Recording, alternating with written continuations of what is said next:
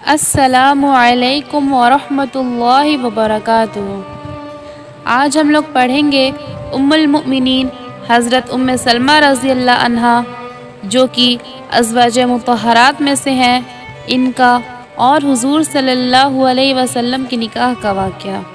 تو چلیے ویڈیو کو شروع کرتے ہیں۔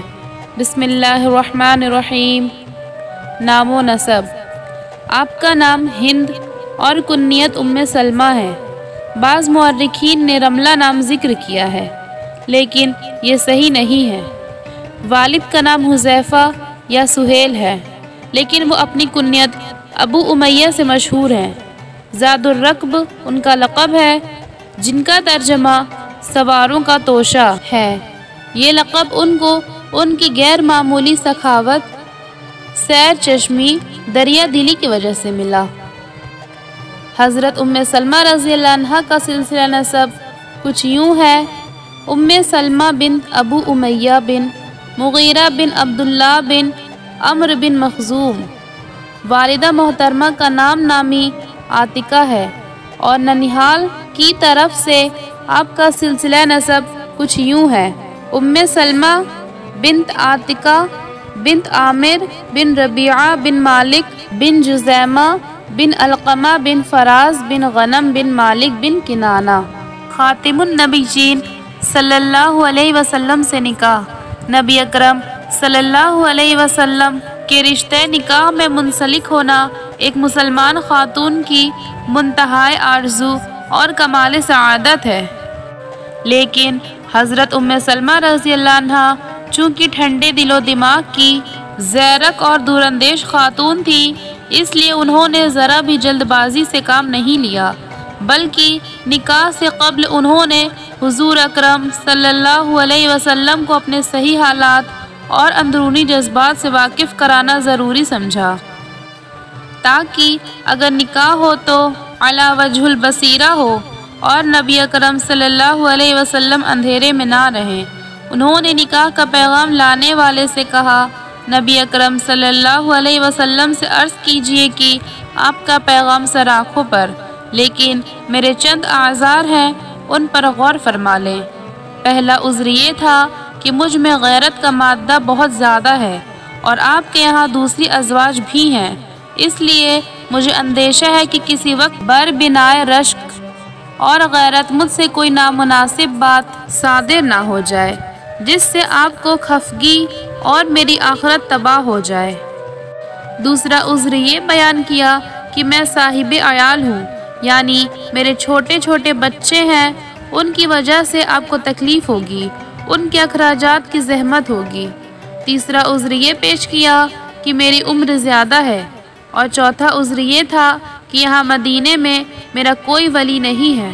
رسول اکرم صلی اللہ علیہ وسلم نے ان اعذار کے علی ترتیب جوابات دیے جو کچھ یوں ہیں: پہلا جواب: میں خدا تعالیٰ سے دعا کروں گا کہ وہ تمہارا رشک ختم کر دیں۔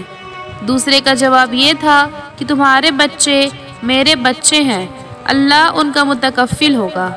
تیسرا جواب یہ تھا کہ میری عمر تو تم سے کہیں زیادہ ہے، اور چوتھا جواب یہ تھا کہ تمہارا کوئی بھی ولی اس عقد نکاح کو ناپسند نہیں کرے گا، لہٰذا شوال 4 ہجری میں حضرت ام سلمہ رضی اللہ عنہا خاتم النبیین صلی اللہ علیہ وسلم کے عقد نکاح میں آ گئی اور ام المؤمنین کے معزز لقب سے سرفراز ہوئی، لیکن مورخین کا اس میں اختلاف ہے کہ ان کا نکاح ان کے صاحبزادے سلمہ رضی اللہ عنہ نے پڑھایا یا عمر بن سلمی نے یا عمر بن ابی الخطاب رضی اللہ عنہ نے۔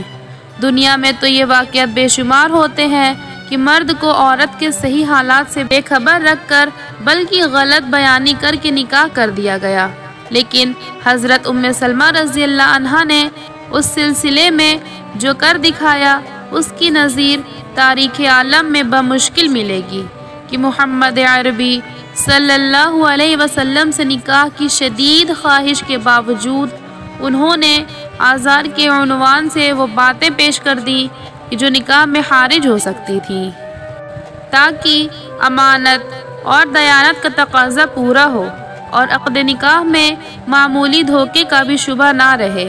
اس وقت کی عمر 25 سے 30 سال کے درمیان کی تھی۔ حضرت ام سلمہ رضی اللہ عنہا کا مقام۔ حضرت ام سلمہ رضی اللہ عنہ نے حلم و خوش خلقی، فہم و فراست سے بہت جلد خانوادہ نبوی صلی اللہ علیہ وسلم میں ممتاز مقام پیدا کر لیا۔ نبی اکرم صلی اللہ علیہ وسلم کے دل و دماغ سے بہت زیادہ قریب ہو گئیں۔ رسول اکرم صلی اللہ علیہ وسلم کو ان پر بہت اعتماد تھا۔ اہم معاملات میں ان سے مشورہ طلب فرماتے تھے۔ قربت اور اعتماد ہی کی بات تھی کہ حضور صلی اللہ علیہ وسلم نے ان کے بیٹے سلمہ رضی اللہ عنہ کا اپنے چچا حضرت حمزہ رضی اللہ عنہ کی صاحبزادی حضرت امامہ رضی اللہ عنہا سے نکاح کر دیا۔ ابو سلمہ سے ام سلمہ رضی اللہ عنہ کی جو اولاد تھی انہیں آپ صلی اللہ علیہ وسلم اپنی اولاد کی طرح پالتے، ان کے اخراجات برداشت کرتے، دینی اور علمی تربیت فرماتے۔ لہٰذا ہمیں چاہیے کہ ہم بھی ان کی جیسی صفات کو اپنی زندگی میں عمل میں لانے کی کوشش کریں۔ تو یہ تھا حضور صلی اللہ علیہ وسلم اور حضرت ام سلمہ رضی اللہ عنہا کے نکاح کا واقعہ۔ امید ہے آپ کو پسند آیا ہوگا۔